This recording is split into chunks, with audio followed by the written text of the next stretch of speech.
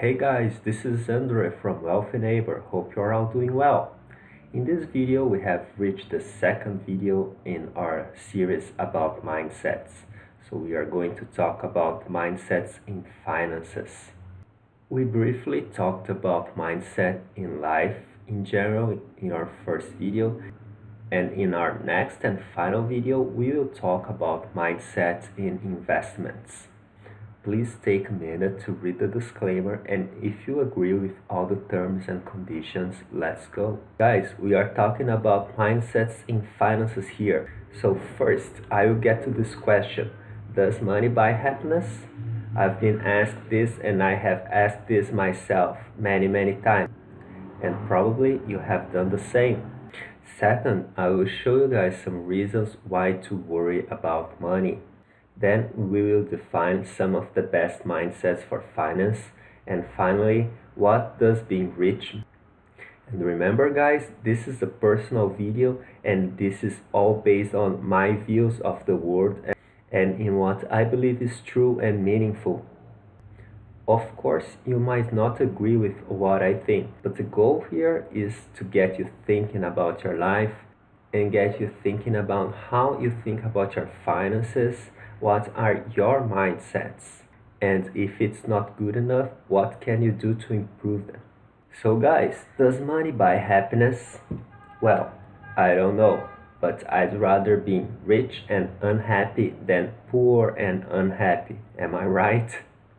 Many people say that money doesn't buy love or friendship, meaningful connections, or even real connections. But then, especially in the world we live in, money is needed for a series of things. For example, we need money to take care of our family. We need money to take care of the people we love. Imagine if your parents get sick or if you have to help with your child's education. You're gonna need money for that, guys. So, as altruistic as you can be, we always need money to do stuff for our family and the people we love. We also need money to meet our physiological needs.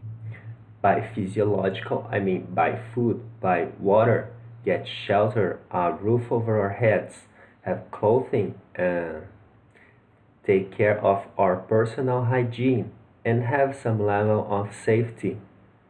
Unfortunately, in the world we live today, none of those things are possible anymore if we don't have money.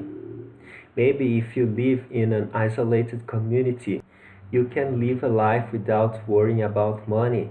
But if this is not your case, at some point in your life, you need money to meet your physiological needs. If you have a certain amount of money, you have that peace of mind to take care of other aspects of your life. If you don't have to worry about paying debt, if you don't have to worry that you will not have enough money to pay all your bills this month, you can use all the time you'd use worrying about it to plan fun activities, talk to your children, talk to your parents, talk to your friends, do something you like, do some hobby.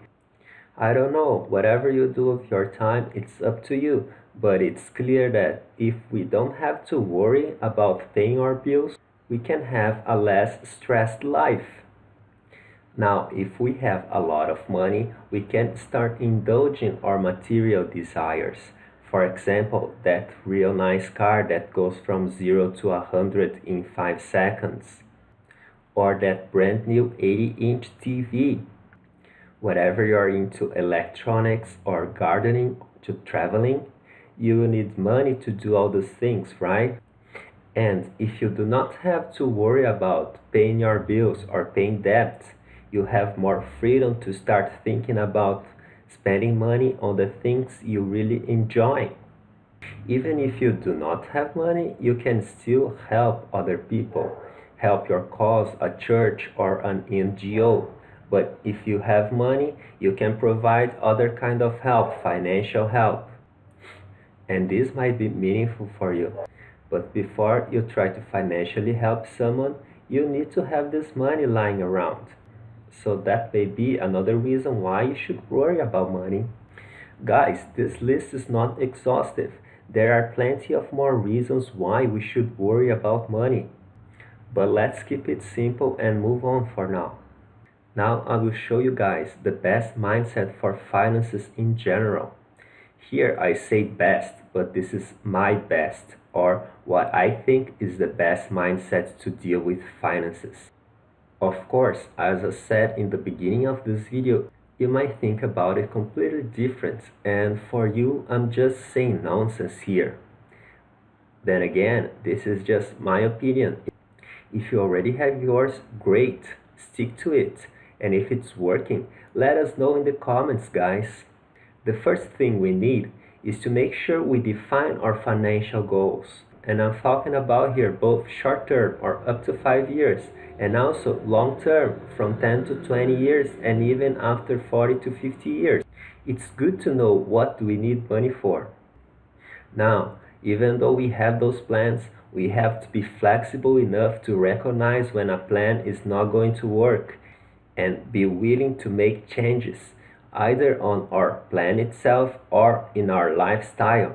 For example, if we see that we have this financial plan but we are coming short on money, every year time goes by, we'll either have to tune this objective down and settle for a lower amount of money, or we will have to change our lifestyle by working harder, getting a second job, or saving more. Do not be discouraged if you fail in reaching one of your objectives, guys.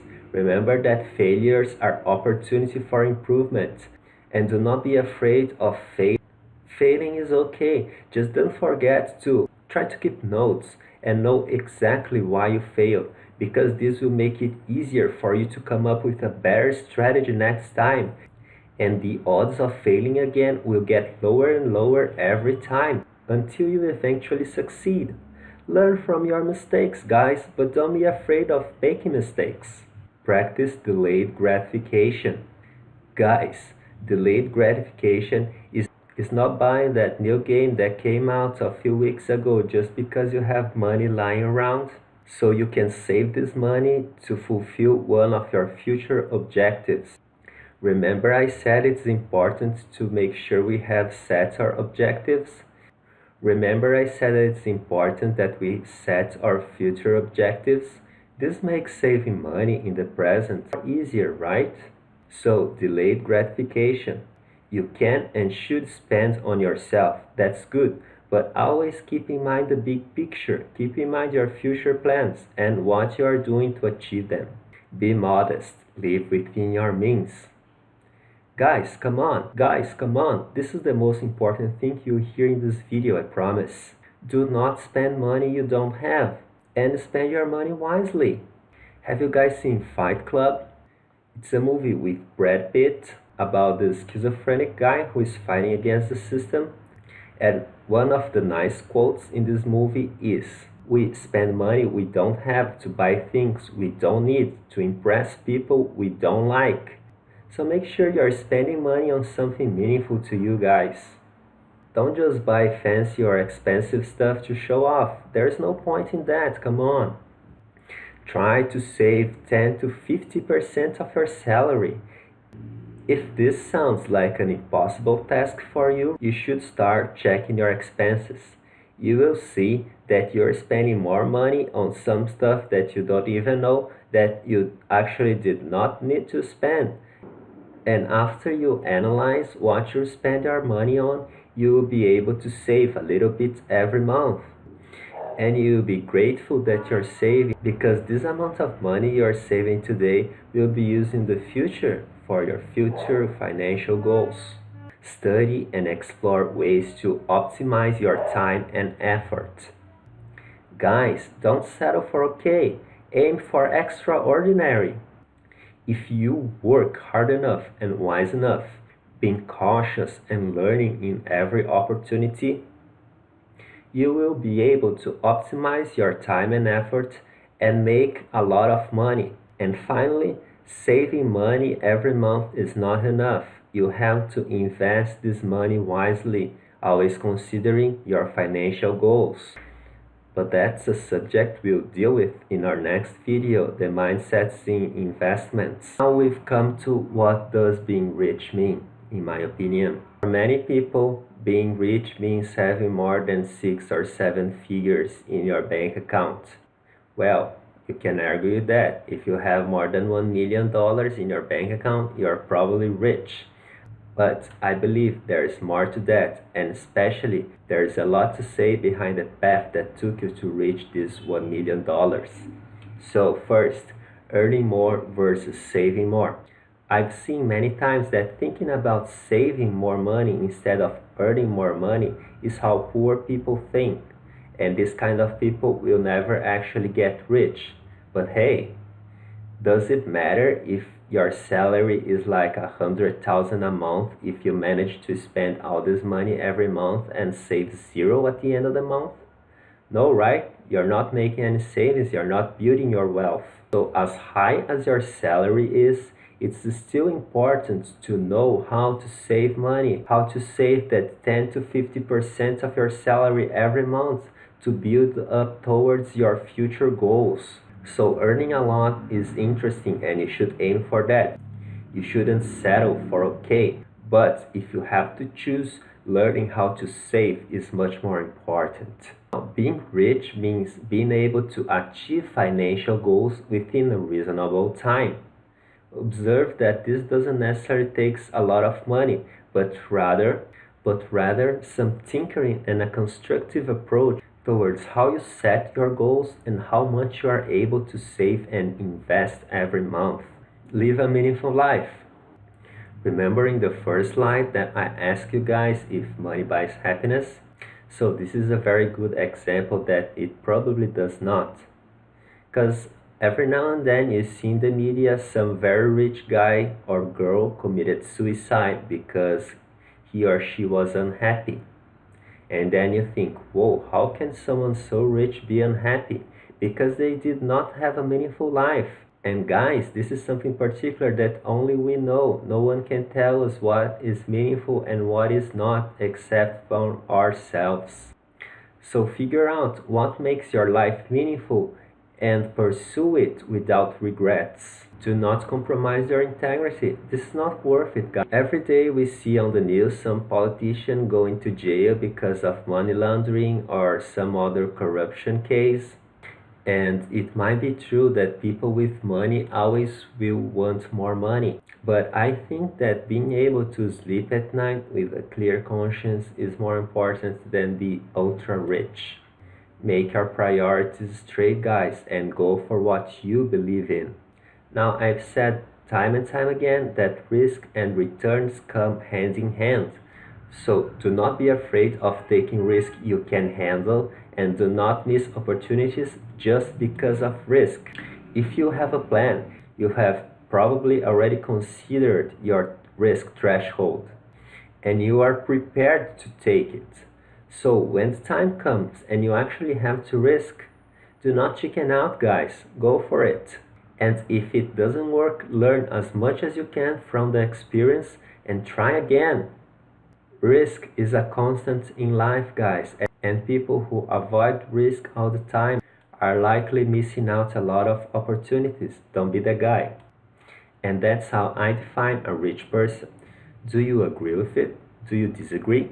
Please let me know in the comments. And guys, that's it for this video. We have discussed some positive mindsets in dealing with our finances. More specifically, having plans, saving money from month to month, investing the money wisely towards the completion of our financial goals. Do not be afraid of failures because they are opportunities to learn and perfect ourselves.